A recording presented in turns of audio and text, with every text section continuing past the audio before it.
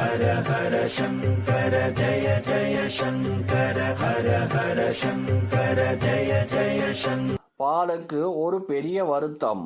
பசுவின் வயிற்றில் பத்திரமாய் நான் இருந்தேன். எண்ணெய் ஒருத்தி கறந்து பாத்திரத்தில் ஊற்றினாள். அடுப்பை பற்ற வைத்து அந்த பாத்திரத்தை அடுப்பில் வைத்து சூடாக்கினாள். எனக்கு சூடு தாங்க முடியவில்லை, துடித்து போனேன். பசுவின் வயிற்றில் பத்திரமாக இருந்த எனக்கு இப்படி ஏன் ஒரு சோதனை என்று என்னை நானே நொந்து கொண்டேன்.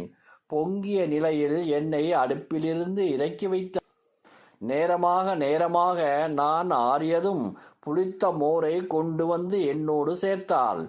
இது என்னடா புது தண்டனை என்று வருத்தப்பட்டேன்.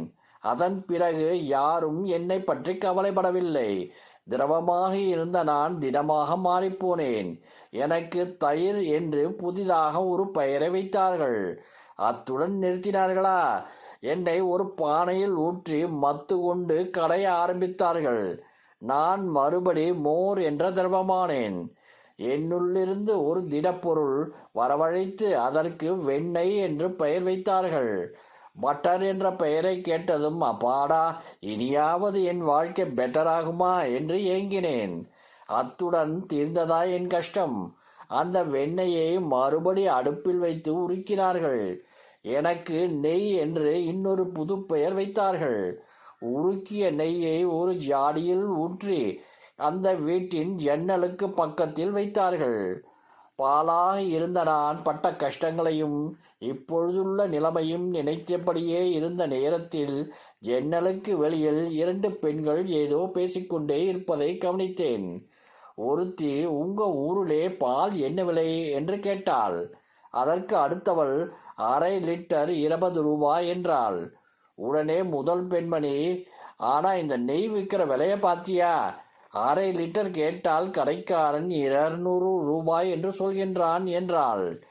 ஜன்னல் பக்கத்திலே ஜாடிக்குள்ள இருந்த நான் அவர்கள் பேசிக்கொண்டதை கேட்டு ஆச்சரியப்பட்டேன். பாலாக இருந்தபோது என் மதிப்பு வெறும் 20 ரூபாய்தான். ஆனால் பல கஷ்டங்கள் அனுபவித்து நெய்யான பிறகு என் மதிப்பு 200 ரூபாயை கூடிவிட்டதே. இது நினைக்கிற பொழுது நான் பட்ட கஷ்டங்கள் எல்லாம் எனக்கு ஒரு பொருட்டாகவே தெரியவில்லை என்றது அந்த நெய். இதுதான் மகா பெரியவாள் ரசித்து கேட்கின்ற பால் கதை. இந்த கதை மூலம் நமக்கு கிடைக்கின்ற பாடம் என்ன?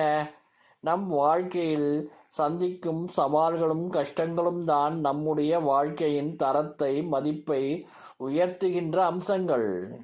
ஹர ஹர சங்கர ஜய ஜய சங்கர ஹர ஹர சங்கர ஜய ஜய சங்கர.